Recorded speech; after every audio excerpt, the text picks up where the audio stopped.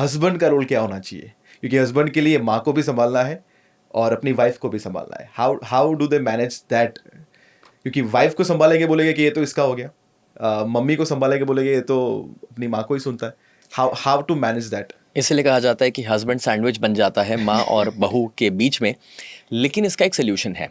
सी, हर एक हस्बैंड को ये समझना ज़रूरी है, जो मैंने अपने घर में किया, कि you have to become the villain.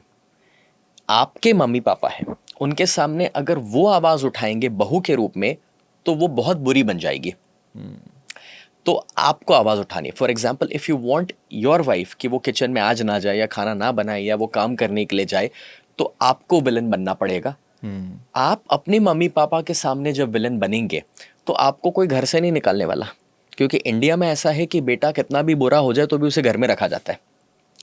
सो आपको विलन बन के एक स्टैंड लेना पड़ेगा, and you will have to protect her from your parents. तो मैं कभी कभार कहता हूँ कि पूरे घर में सबसे बड़ा खौफ मेरा ही है, सबसे बड़ा विलन ही मैं हूँ. बट दैट्स बिकॉज कि मैं सबका एक्चुअली अच्छा ही करना चाह रहा हूँ. बट कुछ लोगों की बिलीफ सिस्टम जो बरसों पुरानी है, उसे बदलना मुश्किल होता है. उसे वक्त के साथ वो देख कर ही चेंज हो पाएंगे. आज शिवांगी जब एक अच्छा बिजनेस चला रहे हैं, शिवांगी इतने सारे लोगों की लाइफ में वैल्यू ऐड कर रहे हैं, इतने सारे लोग उनसे प्यार करते हैं. मेरे मम्मी मेरे पापा के आसपास ऐसे कितने लोग हैं जो ये कहते हैं कि शिवांगी से हमें डाइट प्लान चाहिए, ये चाहिए, वो चाहिए. तो अब जो उनको गर्व महसूस हो रहा है, पहले थोड़ा ये भी था कि ओके, इतना स्टैंड शिवांगी का क्यों नहीं ले रहा है, इतना सपोर्ट क्यों, कहीं कहीं हो जाता था.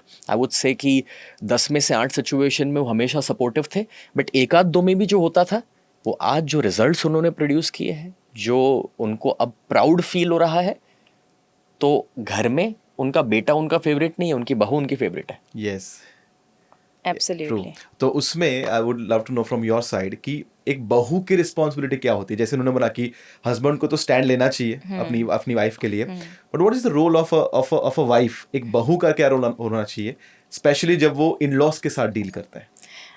इसमें मुझे एक बात याद है, जब मैं शादी कर रही थी तब मेरे वन ऑफ द मेंटर्स, उन्होंने बहुत अच्छी बात बताई थी कि शिवांगी, पहले 2 साल शादी के आई को भूल जाना, आई खुद को भूल जाना, मेरे गोल्स, मेरी इच्छा, मैं क्या सोचती हूँ वो भूल जाना. पहले 2 साल में सिर्फ यू होना चाहिए तुम्हारी डिक्शनरी में, और तुम्हें ये सोचना है कि तुम्हारे इन लॉज क्या चाहते हैं तुमसे, और तुम कैसे वो करो. तुम कैसे अपने हस्बैंड को खुश रखो, कैसे घर में अगर कोई नए गेस्ट आ रहे हैं उनको खुश रखो. तो जैसे आप 2 साल गिविंग में चले जाएंगे ना, फिर 2 साल के बाद वो सारे लोग जिनको आपने दिया था, वो रिटर्न करने के लिए आपको मल्टीप्लाइड तरीके से आप जो चाहते हैं वो देंगे. सो इट इज़ लाइक कुदरत का नियम है कि जब आप सामने वाले को वो देते हैं जो वो चाहते हैं, तो सामने वाला जो है वो आपको वो देगा जो आप चाहते हैं. तो वो सिंपल सा लॉजिक था. और स्नेह भी अपने कृष्ण कथा में यही, डायनेमिक योगा वगैरह प्रोग्राम में यही बताते थे, तो वो मेरे माइंड में था. तो मैंने एक बात रखी यहाँ कि जब पापा ने बताया कि तुमको किचन में नहीं आना है, बट अगर मैं मेरे साइड की स्टोरी बताऊं तो क्या इसका मतलब ये है कि मैं किचन में कभी नहीं गई? नहीं, उन्होंने अपना रोल प्ले किया और उन्होंने अपनी ओर से कहा कि तुम मत आओ. बट मैंने ये किया कि तो भी मुझे जब भी मौका मिलता था, I used to go to the kitchen. जो भी मुझसे हो सकता था वो मैंने किया. चलो किचन एक चीज़ है, बट उसके अलावा भी घर के तो बहुत सारे काम होते हैं. तो मैंने जो नहीं किया था पहले, वो सारा मैंने बियॉन्ड माई लिमिट जाने की कोशिश करी.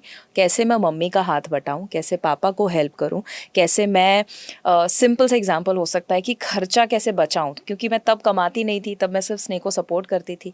तो पापा के लिए वो खुशी देता है कि मैं थोड़े से भी गलत खर्चे ना करूं.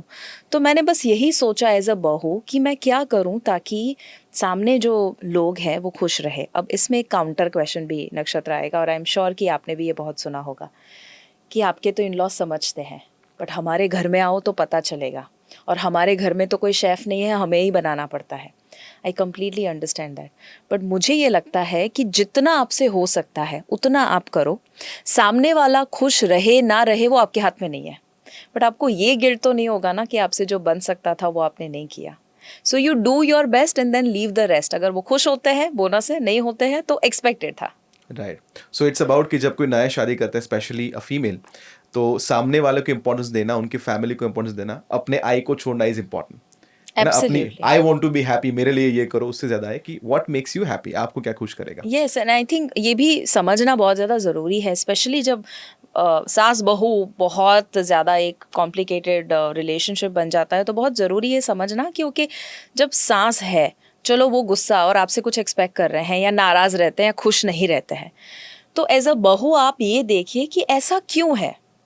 तो शायद उनको ऐसे अनुभव हुए हैं लाइफ में, उनकी लाइफ आपकी तरह अच्छी नहीं थी, लग्जरी आपको जो मिली है, आप एज अ बहू मिली है, वो उनको नहीं मिली थी।